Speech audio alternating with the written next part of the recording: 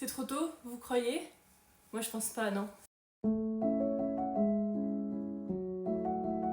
Début septembre dit l'un des plus gros rendez-vous de l'année des réseaux sociaux autour du livre, de la booktube sphère, bookstagram sphère. J'entends bien sûr parler du pack, le Pumpkin Autumn Challenge que je fais depuis plusieurs années maintenant, que je faisais même avant d'être sur les réseaux, c'est-à-dire qu'avant je le faisais sur Facebook. Maintenant, j'avoue, je suis très contente de partager ma première palle du pack sur YouTube. Je suis trop contente. J'ai dégommé un nombre impossible à imaginer de vidéos de pales du pack depuis que ce truc existe et je suis tellement contente que la mienne fasse partie du lot, que la mienne soit dans cette petite liste de vidéos qui existe. Je suis trop contente, trop hype aussi de vous montrer les livres que j'ai choisis. Il faut savoir que la plupart des livres que j'ai choisis patientent dans ma bibliothèque depuis des mois. Je les ai achetés en prévision de l'automne, en prévision du pack, en me disant je vais les garder pour ce moment précis de l'année, donc j'ai trop hâte. Bon, par contre, autant vous dire que je meurs de chaud, parce que je joue le jeu avec mon spooky season là, mais il fait encore 1 million de degrés. C'est pas grave, on va essayer de se mettre dans l'ambiance. On va commencer avec les premières catégories tout de suite. La première catégorie a plusieurs mots-clés. Elle nous parle de Halloween, de fantômes, de possession, d'exorcisme, etc. Alors moi j'ai focalisé sur le côté fantôme et un peu halloweenesque du truc, et pour ça j'ai choisi 2 livres. J'ai choisi 2 livres francophones qui vont également rentrer dans la palle du Cocorico Challenge. Donc je ne vais pas passer 1000 ans dessus à vous expliquer les résumés, etc. Je pense que je vais focaliser les livres francophones pour le Cocorico Challenge. Et pour cette palle-ci, vous parlez plutôt des traductions et des livres qui ne le sont pas. Donc en tout cas, pour cette première catégorie, j'ai choisi l'intégrale des Sœurs Carmine de Ariel Holz. C'est un des derniers livres de Ariel Holz qui me reste à découvrir. Donc c'est publié aux éditions Nemo dans la collection Naos. Dans cette intégrale qui est à 28 €, vous avez les 3 tomes de la trilogie. En plus du côté fantôme qui fonctionne très bien parce que l'une des 3 sœurs, Chlorine, la petite dernière, elle a la capacité de converser avec les fantômes. Il y a aussi le côté comédie parce que la 4e de couverture nous vend un roman plein d'humour et de cynisme, donc je trouvais que ça marchait assez bien. Et je vous avoue que depuis qu'on m'a offert ce roman à mon anniversaire, je me le garde vraiment pour Halloween en me disant le soir d'Halloween, c'est soit un livre hyper creepy, hyper flippant, soit les Sœurs Carmine. Donc voilà, en tout cas celui-ci en priorité dans la palle d'Halloween. Le deuxième roman que j'ai choisi pour cette catégorie, cette fois est un roman adulte, c'est Ici vivent les ténèbres de Sanguine que j'avais acheté aux Imaginales sur ses très bons conseils. Pour ce livre-là, on va suivre la famille Chantepleurs qui ont un domaine en Angleterre, campagne anglaise, et surtout on va suivre 2 jumeaux qui peuvent voir des fantômes. Et surtout cette demeure a la réputation d'être hantée, donc ils vont essayer de protéger leur famille en libérant leur domaine du, je cite, spectre vengeur qui règne en maître. Franchement, je trouve que ce livre-là a l'air parfait pour Halloween, il a l'air assez creepy, assez effrayant. Sanguine m'a vendu vraiment un bon livre d'Halloween, bien flippant comme on les aime, donc j'espère que ça va fonctionner. C'est publié aux éditions du Chat Noir si je ne me trompe pas, c'est ça. Pour la seconde catégorie, on va pouvoir lire des livres d'horreur, des thrillers, des huis clos, bref, des trucs qui font peur. Et pour ça, j'ai choisi 2 livres, donc j'ai choisi Les voleurs d'innocence de Sarah Walker, que Lucie m'a gentiment offert pour mon anniversaire. Je sais pas s'il rentre, mais j'ai l'impression, parce que on parle quand même de suspense, de peur, etc. Et là j'ai l'impression que c'est le cas parce que on a des disparitions et on a aussi ce côté un peu enquête dedans. On a vraiment, à mon avis, ce côté très suspense. On nous parle de malédiction, etc. J'ai l'impression que ça va être un roman d'ambiance un peu angoissant, ce genre de choses, donc je me dis qu'il peut tout à fait faire l'affaire. De toute façon, j'avais super envie de le lire pour cet automne. Lucie m'a dit qu'il serait très bien. S'il ne rentre pas dans cette catégorie-là, je pourrais le caser ailleurs, il n'y a pas de souci. J'ai une roue de secours pour la catégorie thriller. J'ai bien sûr La femme de ménage de Frida McFadden, qui est un thriller. Je crois que c'est même un huis clos, je suis pas sûre, parce que j'ai vraiment pas du tout lu le résumé. J'ai vu que tout le monde disait que c'était super bien, donc en fait je l'ai pris. C'est clairement pour la hype, mais apparemment la hype est méritée, donc pourquoi pas. Mais en tout cas voilà, thriller, ce livre-là c'est sûr, et normalement celui-ci, si tout va bien. Pour la catégorie du crâne qui parle, vous avez des mots-clés qui vous permettent de caser plein de créatures. Vous avez des gardiens, des cimetières, des squelettes, etc. Moi je me suis focalisée sur le côté sorcière, parce que j'adore très très fort lire des livres de sorcières pendant l'automne. Voilà, c'est très cliché, mais écoutez, ça va avec le reste, avec le pull, le côté mood reader, etc. Donc j'ai choisi 2 livres de sorcières. Le premier c'est Dead Garden de Cassandra O'Donnell. Je ne sais absolument pas de quoi ça parle parce que c'est un cadeau de mon frère, mais je sais qu'on y suit des clans de sorcières et surtout le personnage principal qui va probablement devenir faucheuse. J'ai l'impression que c'est une réécriture un petit peu de la faucheuse, de la mort, etc. Mais je sais juste qu'on a des clans de sorcières, donc il rentre dans ma catégorie. Et pour le côté un peu moins creepy, pour avoir ce côté sorcière un peu plus cosy, un peu plus mignon, j'ai choisi ce livre-ci, donc Witch Guide to Fake Dating a Demon. Oui, je sais, le titre est merveilleux. Donc on va suivre l'histoire de Marielle, qui est la sorcière la plus puissante de sa génération, la plus puissante que l'on ait vue même depuis des siècles. Elle pète la classe, sauf qu'en fait Marielle déteste faire de la magie. Tout ce qu'elle veut, elle, c'est cuisiner des trucs, faire de la pâtisserie, voilà, ce genre de machin. Et à un moment donné, elle va faire une petite recette de potion, un petit truc, un petit sortilège, avec un petit couac, ça va déconner et boum, elle va invoquer un démon tout droit sorti de l'enfer. Lui a une réputation mortelle, il clame des âmes partout dans le monde, etc. Et bien sûr, c'est ce qu'il va réclamer en échange de cette invocation ratée, parce qu'il a clairement été dérangé, le pauvre monsieur. Je suppose que s'ensuit une romance, etc. À voir, j'espère qu'il y a vraiment ce côté fake dating. Je viens de voir que c'était magicalement drôle selon Ali Hazelwood, donc ça ne peut être que positif. Donc voilà, si j'ai envie de sorcière, j'ai soit le côté un peu sombre, creepy du truc, soit le côté un peu romance mignonne. Voilà, à voir. En tout cas, celui-ci là me fait super envie. Dans la catégorie des pancakes pour 11, on nous parle de science-fiction, de dimensions parallèles, de super pouvoirs, etc. Vous le savez, je suis pas hyper férue de science-fiction, j'ai un peu de mal avec ce genre-là. À part quand il s'agit de regarder Dune à la télé, bien sûr.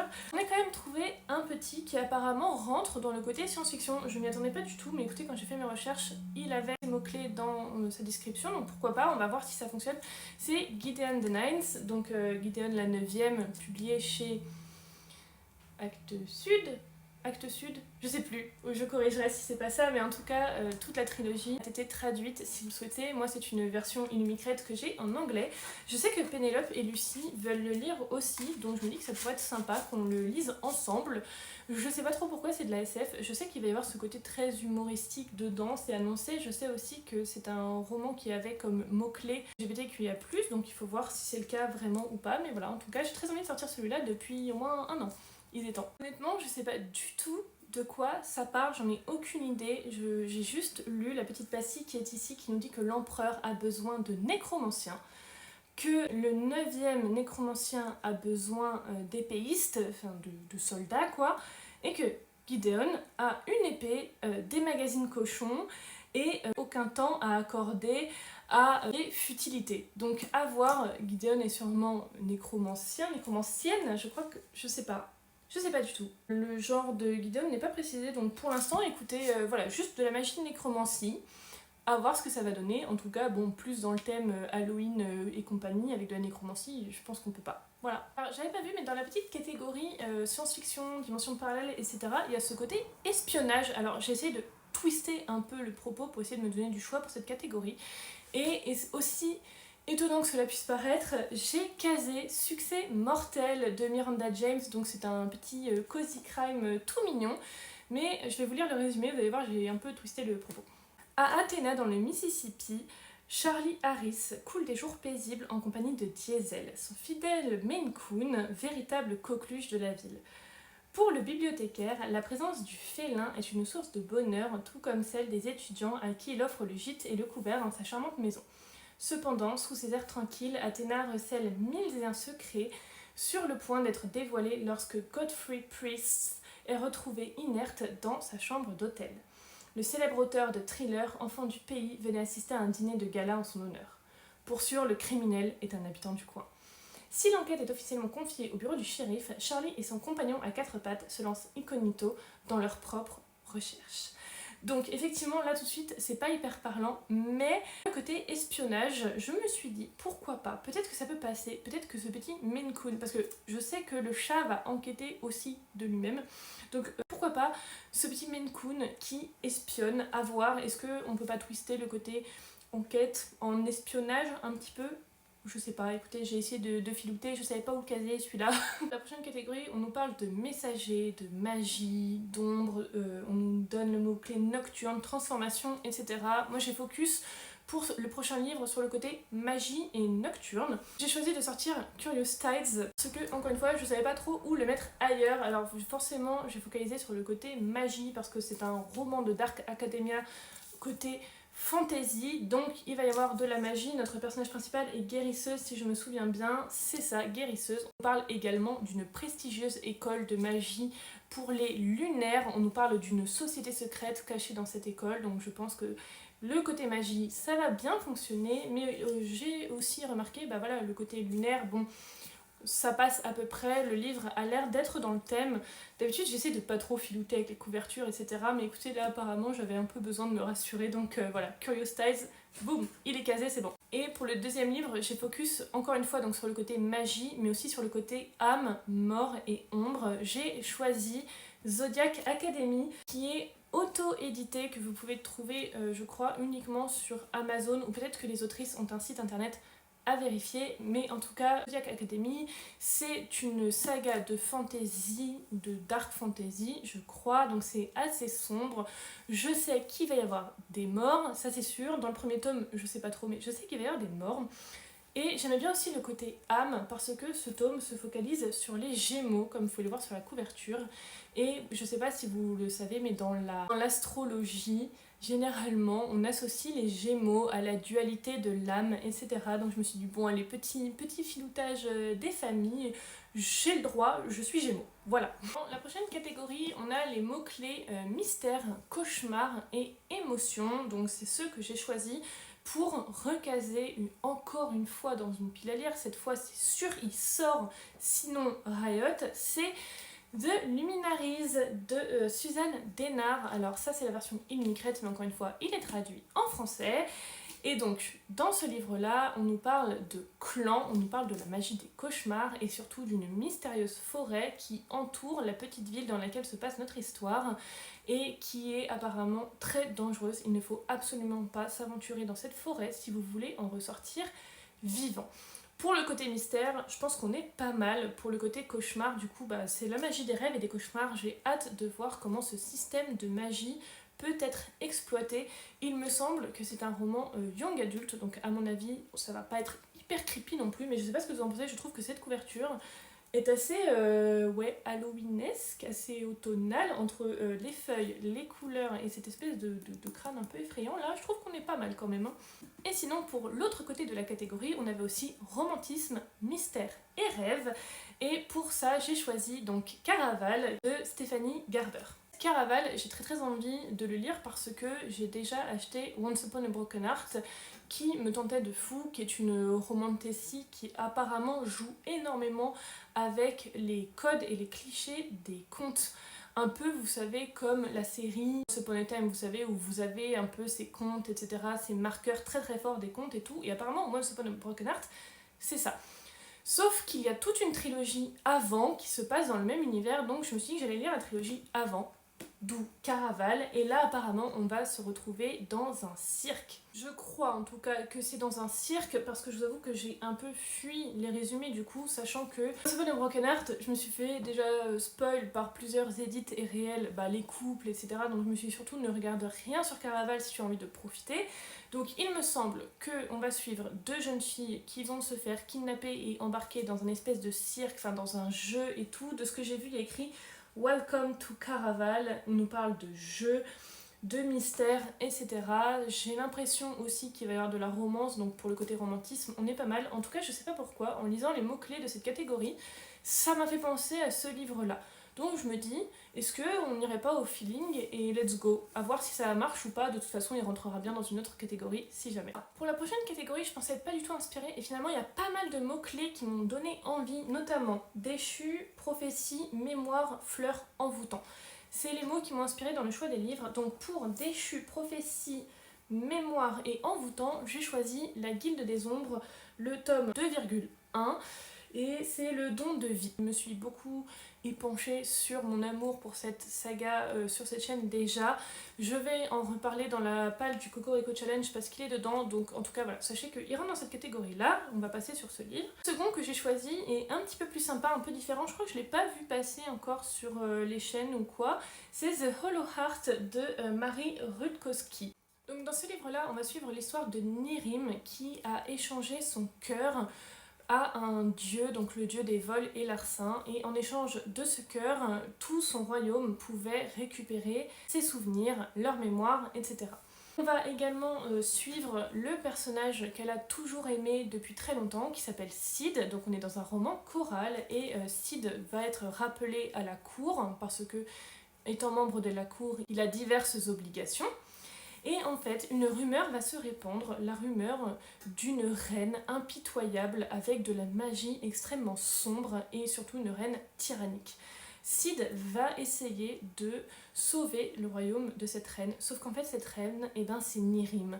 C'est Nirim qui apparemment a l'air de complètement péter son câble, qui est à la recherche de vengeance contre un monde qui l'a toujours trompée et abandonnée. Je pense qu'elle a très très mal vécu cet échange de cœur. À mon avis, on lui a pas assez dit merci et du coup, ça va être le drame. Les enjeux vont se trouver au moment où Sid va devoir sauver le royaume, mais aussi, à mon avis, sauver Nirim. Parce que je pense qu'il y a encore de l'affection pour elle. La 4e de couverture dit « Sid pourra-t-il sauver Nirim d'elle-même, mais surtout Nirim veut-elle être sauvée ?» Ça a l'air plutôt sympa, à mon avis il va y avoir pas mal de magie, il va y avoir de la romance. Je trouvais cette couverture absolument magnifique, c'est ce qui m'a fait acheter le livre et je sais pas pourquoi mais je trouve que cette histoire a l'air plutôt sympa, ça a pas l'air d'être une romantasy classique etc.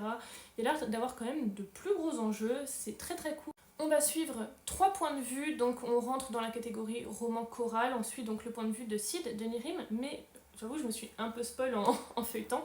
On va aussi suivre le point de vue du dieu en question, à voir à quel point il va être important.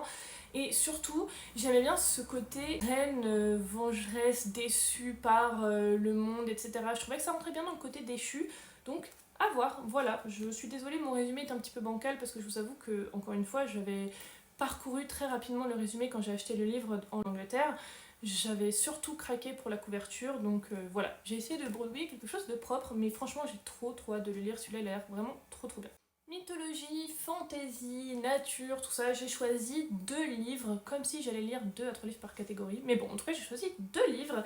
Le premier pour la mythologie, La Reine des Enfers, donc de Bea Fitzgerald, publié chez Nathan. Je vous en ai déjà parlé plusieurs fois aussi, j'en ai déjà casé dans plusieurs palles, j'arrive toujours pas à le sortir, il est toujours sous blister. Mais cette fois, on va le lire en lecture commune avec Mav, là, en septembre. Je pense qu'on l'attaque la semaine prochaine. Donc j'ai très hâte. La 4e de couverture nous dit « Les dieux ont menti. Perséphone n'a jamais été kidnappée ni retenue aux enfers par Hadès, elle s'y est précipitée. Hors de question pour la jeune déesse d'accepter le mariage arrangé auquel ses parents la destinaient. Maintenant elle doit convaincre Hadès de l'aider. Ce n'est pas une mince affaire, le dieu des enfers est tout à la fois arrogant et hostile et terriblement sexy. » Tu m'en diras tant. Pour gagner sa liberté et conquérir son pouvoir, Perséphone est prête à prendre tous les risques. Ok. Donc, mythologie et romantasy apparemment, voilà, je pense que ça va être très bien. J'ai vraiment hâte de voir ce que ça va donner. J'ai très hâte de voir à quoi va ressembler Hadès, le terriblement sexy Hadès. Je pense que ça va être très chouette. Franchement, j'ai hâte. Hadès, futur brun ténébreux, machin truc, c'est obligé. Pour le côté nature, je suis très contente parce qu'il y a un livre que j'ai retrouvé en faisant du rangement dans ma bibliothèque que j'ai depuis un moment, je l'ai depuis 2021, depuis 2022 dis donc. Et par contre, j'ai choisi le côté un peu sombre de la nature, j'ai choisi Mère morte d'Aurélie Wellenstein. Pareil, je vous épargne tout un pitch sur ce livre-là parce que je vais en parler dans le Cocorico Challenge. Juste catastrophe écologique, fantôme, mer et océan. Voilà, c'est un peu les mots-clés de ce livre-là. Je pense qu'il sera tout à fait adapté à cette catégorie. Et là on arrive dans ma catégorie préférée du Pumpkin Autumn Challenge. Je ne vais vous donner que 2 mots-clés parce que je vous avoue, j'ai même pas essayé de trouver des trucs en rapport avec le reste.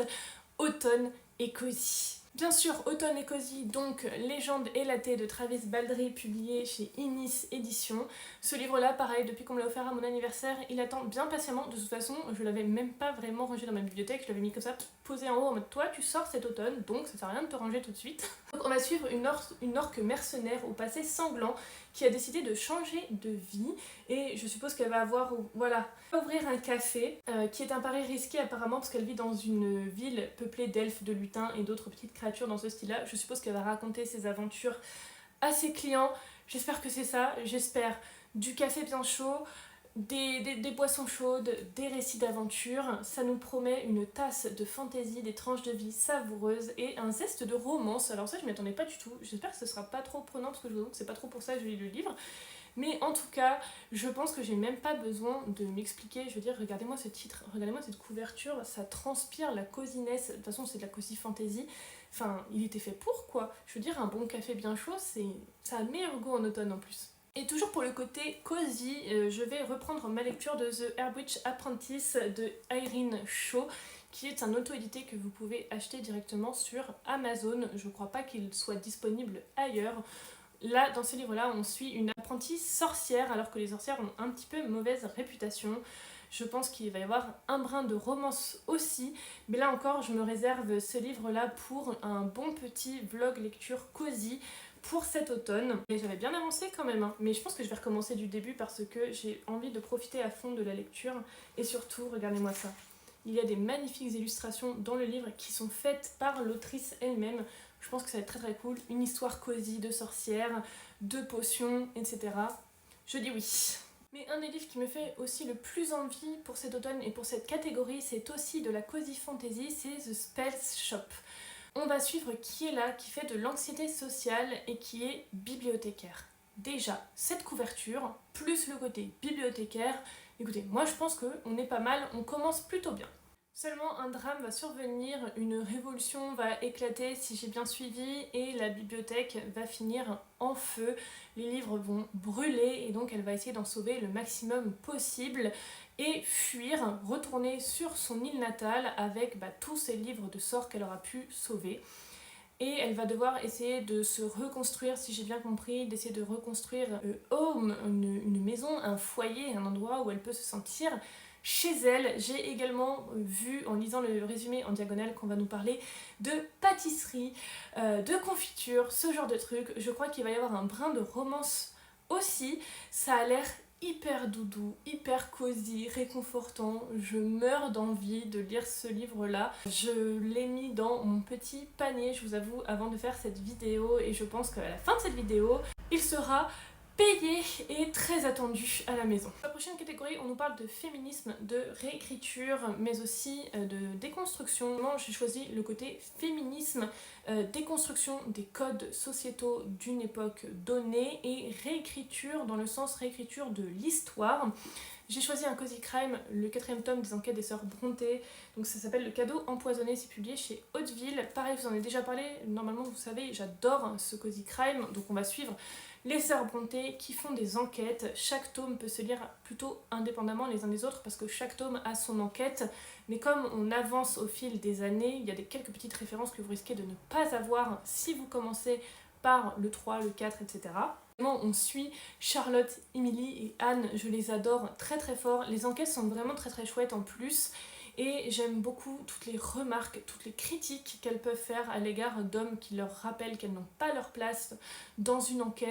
Ou que ce soit d'ailleurs, parce que vous savez, à cette époque-là, donc en 1847 en Angleterre, surtout à la campagne, les femmes sont bonnes à marier, elles doivent rester chez elles, mettre des jupons, ne pas les salir, bref, c'est insupportable. Alors que les filles vont décider de justement relever leurs jupons, marcher dans la boue et enquêter, et surtout envoyer voler tous les codes sociaux de leur époque et surtout envoyer balader tous les hommes qui vont leur dire qu'elles n'ont absolument pas leur place ici, mais aussi les femmes parce que mine de rien pas beaucoup de solidarité hein, quand même, faut pas se cacher. Bref, petit cozy crime sympa, côté réécriture de l'histoire des sœurs Brontë parce que je pense pas que vraiment les filles enquêtaient comme elles le font là-dedans à cette époque. Je pense que ça va être très très sympa, j'ai hâte de clôturer cette saga. La prochaine catégorie, on nous parle d'aventures, de santé mentale, d'anxiété, etc. Alors, c'est un livre pareil que j'ai déjà présenté plusieurs fois dans les dernières vidéos. Je l'ai présenté en book haul, je l'ai présenté dans la palle du Get Out Challenge. Je n'ai pas réussi à le sortir, donc je vais passer très très vite dessus. Une fenêtre dans les ténèbres, je sais que vous avez très très envie de le lire. Moi aussi, j'ai eu plusieurs commentaires qui me disaient que vous aviez envie de le lire, que vous aviez hâte d'avoir un retour pour savoir s'il en valait la peine. Je vous promets que je fais de mon mieux pour le sortir, mais c'était impossible, il sent trop l'automne en fait. Je veux dire, il y a une brume, il y a des ténèbres, c'est vaporeux, on va nous parler justement de santé mentale, d'anxiété, etc. Je veux dire, ça sentait trop l'automne, je n'ai pas réussi à le sortir pour le Get Out Challenge, désolée Lucie, mais en tout cas voilà, il est dans cette palle. Je veux vraiment y arriver, c'est un one shot, en plus c'est écrit vraiment très très gros dedans, j'ai pas d'excuses, mais bon. Voilà, écoutez, ayez foi en moi, on va essayer de se faire un vlog lecture où on le lit si vous voulez, voilà, ça pourrait être sympa.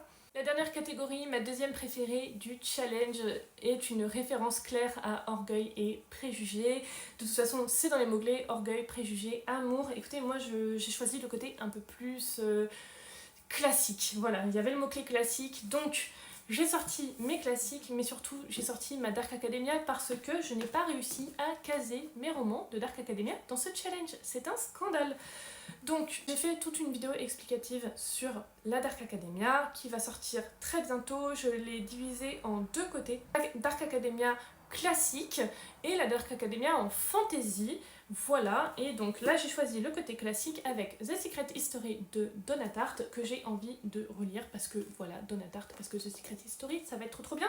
J'aimerais bien le lire avec Cam parce que je crois qu'elle l'a aussi. Donc ça pourrait être chouette, voilà, j'ai grave envie de le lire, de l'annoter, de me faire un vrai moment plaisir avec ce livre-là. On va suivre dans ce livre-là Richard qui va quitter un petit peu sa campagne pour rejoindre un prestigieux collège. Il y va pour étudier les classiques, mais surtout le grec, et quand il va voir qu'il s'en sort plutôt bien, il va essayer d'intégrer une classe de grec supérieure.